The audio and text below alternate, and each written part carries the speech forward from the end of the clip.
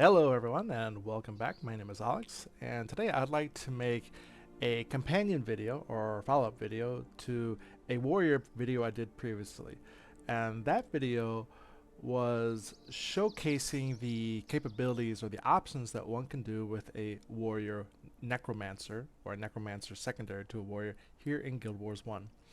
Today I would like to do the same thing, but this time I would like to focus on the ranger secondary to the warrior.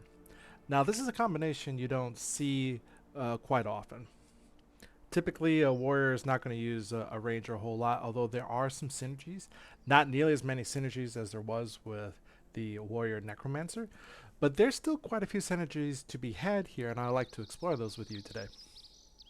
So first of all, the warrior ranger is something that's kind of counterintuitive because the ranger itself, because it uses the bow, wants to keep a standoff range, while the warrior wants to be up front. It's got the heavy armor, it's into melee, it's got swords, axes, and hammers. You know, it needs to be up front, so they're kind of counterintuitive.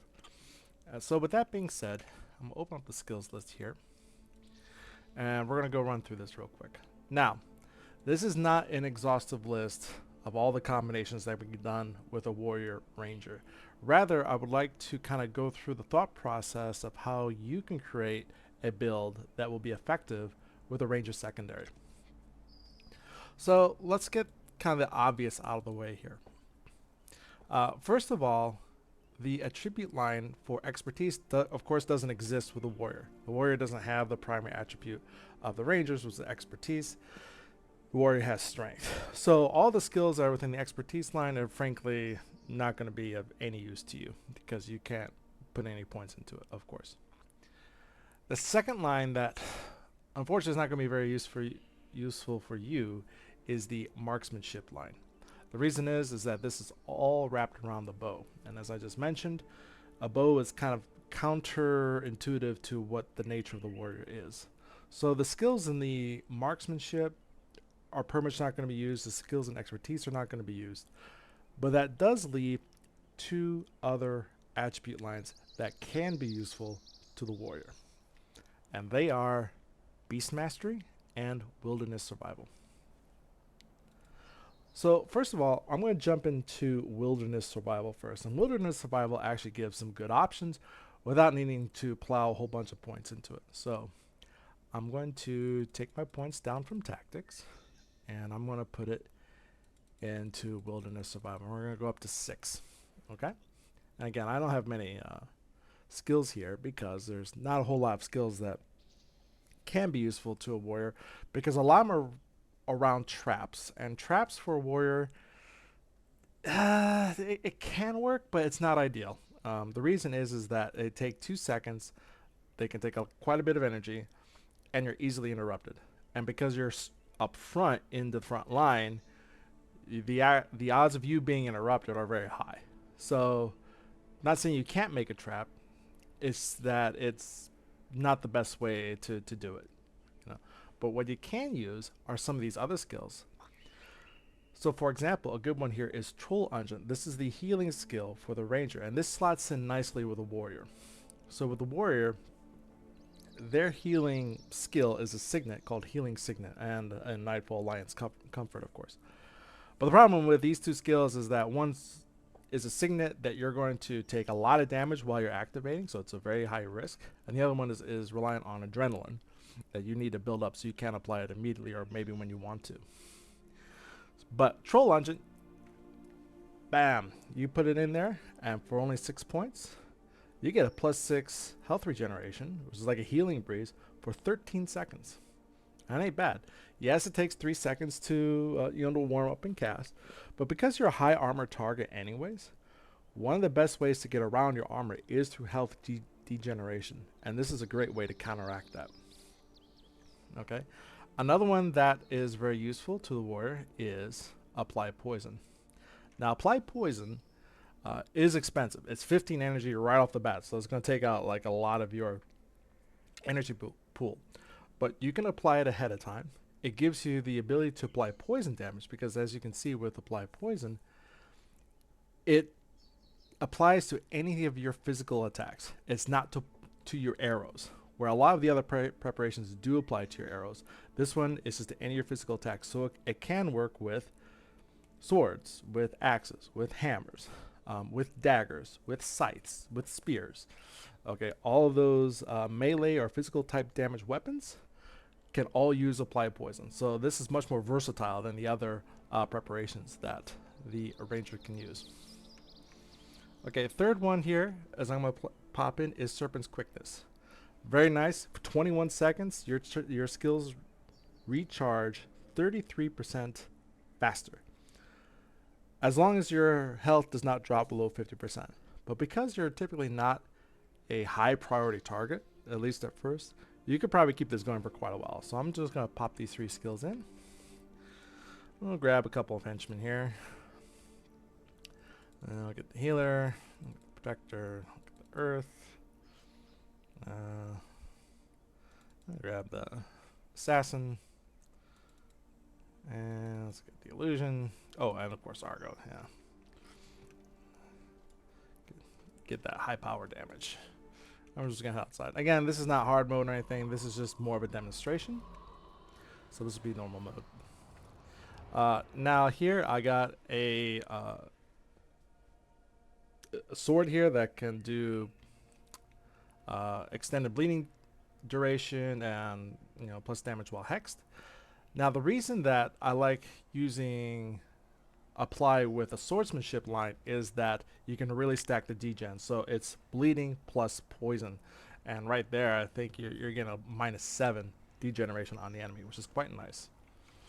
Alright, so we're gonna come in here, apply the poison, and we're gonna just head straight in here. And of course they knock me down. Here you can apply the bleeding and switch targets, and you can just apply the poison all over the place. Now here we go. I'm gonna use Serpent's Quickness. Apply the poison again. Here we go.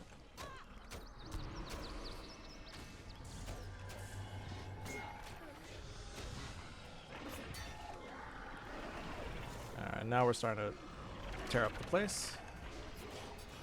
Let's see if we can stop this resurrection, and there we go.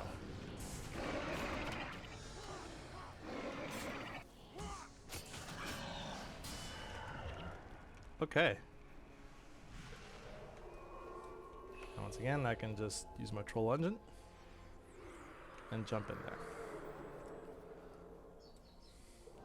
Now another nice way you can use troll engine is if you're going to aggro a lot, you can apply this ahead of time, because this is a very quick recharge. It's only 10 seconds. So if I go into here, and let me keep my group just right here, I can apply my poison, apply a troll engine, and just simply charge in right. And these guys actually charged in before me, so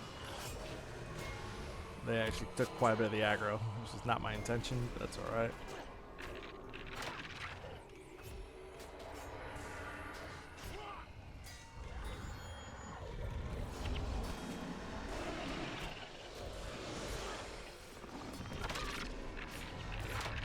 Serpent's Quickness, although it's not particularly useful right now, because a lot of my skills are adrenaline.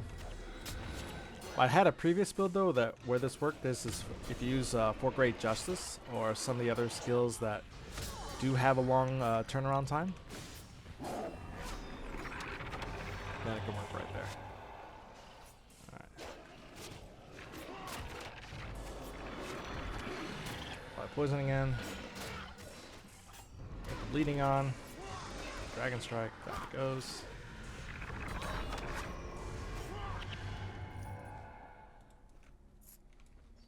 Alright, so I planted the flag a little bit too close to the enemies. They kind of aggroed before I intended to.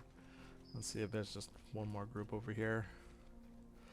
But you get kind of the idea. You can combine these and have some certain tactics that you can use that normally wouldn't be available to the warrior. Now, the Serpent's Quickness here is not that useful in this particular build. Like I said, if I had 4 Great Justice, it'd be work there. maybe some other ones. But because of most of my build is adrenaline based, it's not going to really be that effective. But again, the point is made. There's no more. Okay, here we go. We can take on these Nagas. So we're gonna come over here.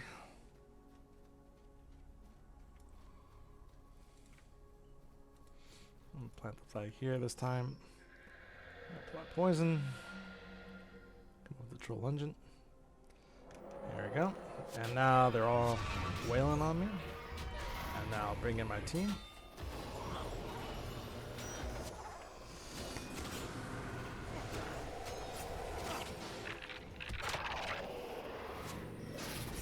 Poison.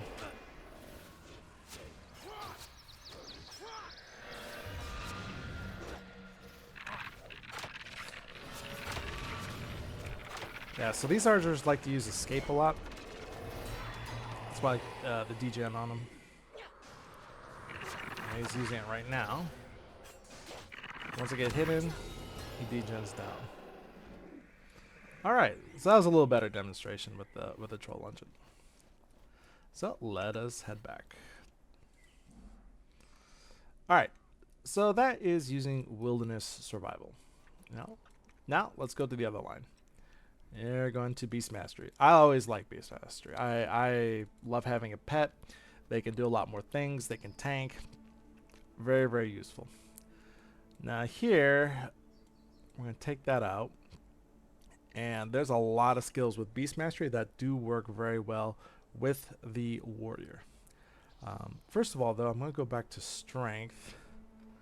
And I'll put Endure Pain. This is kind of a quasi-heal, although it's not exactly. But Beast Mastery, other than maybe a few skills, which I don't have right now, is not really one for healing, but we will see. Although there is Predatory Bond, so I just counter myself. So, of course, you'll need Comfort Animal in PvE. So you'll have your pet. And I am going to take... You could take Run as one. That actually give you a good running one, where both your pet and you run faster. It's only 5 energy. Predatory Bond, it's kind of high. It's 10 energy, 30-second recharge, only lasts 11 seconds, but can be healed. What I do like, though, are some of the elite skills. So like Enraged, Lunged, and Ferocious Strike. So Ferocious Strike, I really do like it on the warrior because it gives you energy, and it can also give you adrenaline. I think it gives you 1 point of adrenaline. So that actually really kind of helps balance your energy usage.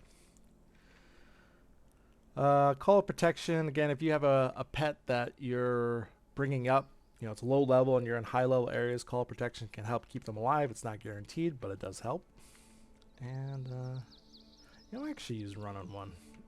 Run as one. And that can work well with the Strength line here if I use Bull Strike. So if these guys run around, we can nail them. Alright. So let's give that a go here. That's a quick put together, but you see how these skills work together. You got Ferocious Strike, which gives me damage, energy, and a spot of adrenaline, which is great. It really is one of my favorite skills for Beast Mastery. Run is one. It gives me a nice 25% running for a good 9 seconds with only a 15-second recharge, which is nice. And with that, I can combine that with Bull Strike, because now I am running. I can knock some of these turkeys down while they're moving. So let's go out and take a look. Alright, so here we are again. Now I got my pet. Koshka is a tiger. Koshka. He's level 16. He's not quite level 20 yet, but we'll give him a go here. And we're gonna do Run as one. And we're gonna get in here. Basically, you want to use your Ferocious Strike really whenever it's off cooldown. Oh, let's see if we can get this Island Guardian here.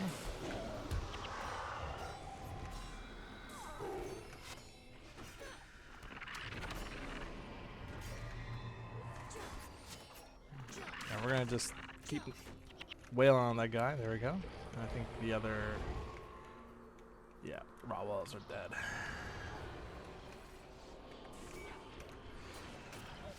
Again, just keep firing off that ferocious strike. Get that extra damage.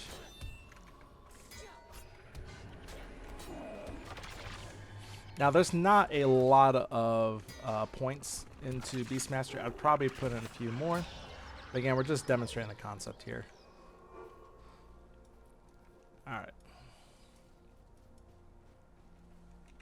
Yeah, in fact, I would probably maybe drop Swordsmanship down 1 or 2 and drop those into Beast Mastery and make it a little more powerful. But again, it's not perfection. It's just to show the concept.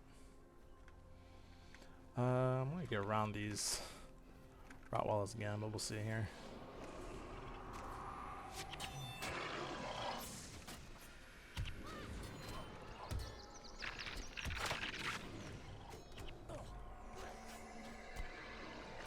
Actually, I meant to use Comfort Animal, not Endure Pain. Sometimes that muscle memory hits. Okay, alright. I want to find that Naga patrol here. I think it'd be a better demonstration than all these Rottweilers.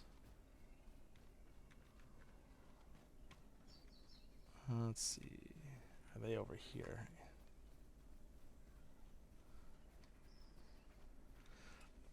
Now let's just give it another go here.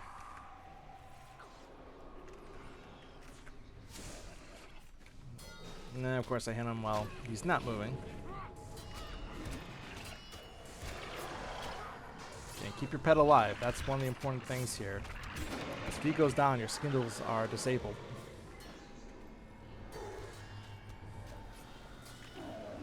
I'll take out the Silent Guardian. Go.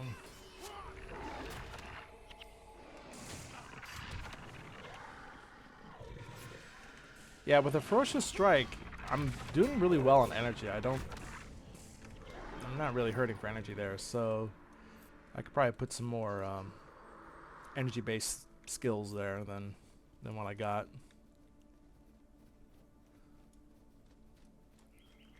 All right.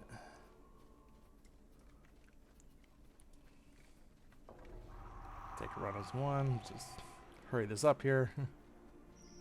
Okay, there we go. There's the Naga Patrol.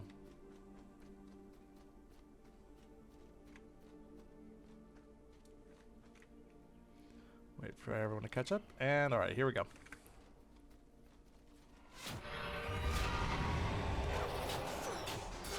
Now think about Ferocious Strike. If you look at the icon here, it will actually stay charged until he uses it. So you don't have to use it like on the spot. You know?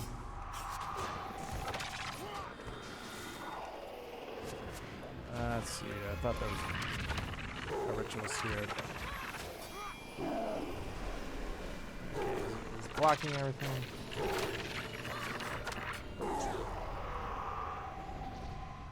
I thought there was a ritualist. Oh. Anyways, that is with the Beast Mastery line. I find that the best synergy with the warrior is actually with Beast Mastery. I do like having a pet, and there's actually several skills that engage with you, such as Run and One, Preparatory Bond, Symbiotic Bond is another one from Prophecies that can help keep your pet alive. And you also just have 2 targets. So if you're playing PvE, it can throw off the targeting of the AI that will attack your pet rather than attacking you or your team. Same as having a minion master on your team. So anyways, this is just a quick video. This was not an in-depth going through every single skill, but rather to open up the possibilities of what can be done with a warrior ranger. I think there's a lot of opportunities here, particularly with the Beast Mastery and some good ones with the Wilderness Survival that can make your warrior that much more effective and give you some new and interesting ways to play the game. Let's break up the meta, try something new, and keep Guild Wars fresh. So anyways, I hope you enjoyed this video. Again, this was just a quick overview, but if you'd like to discuss more, just let me know. Let me know in the comments, and we'll go from there. Thank you very much, everyone, and stay safe.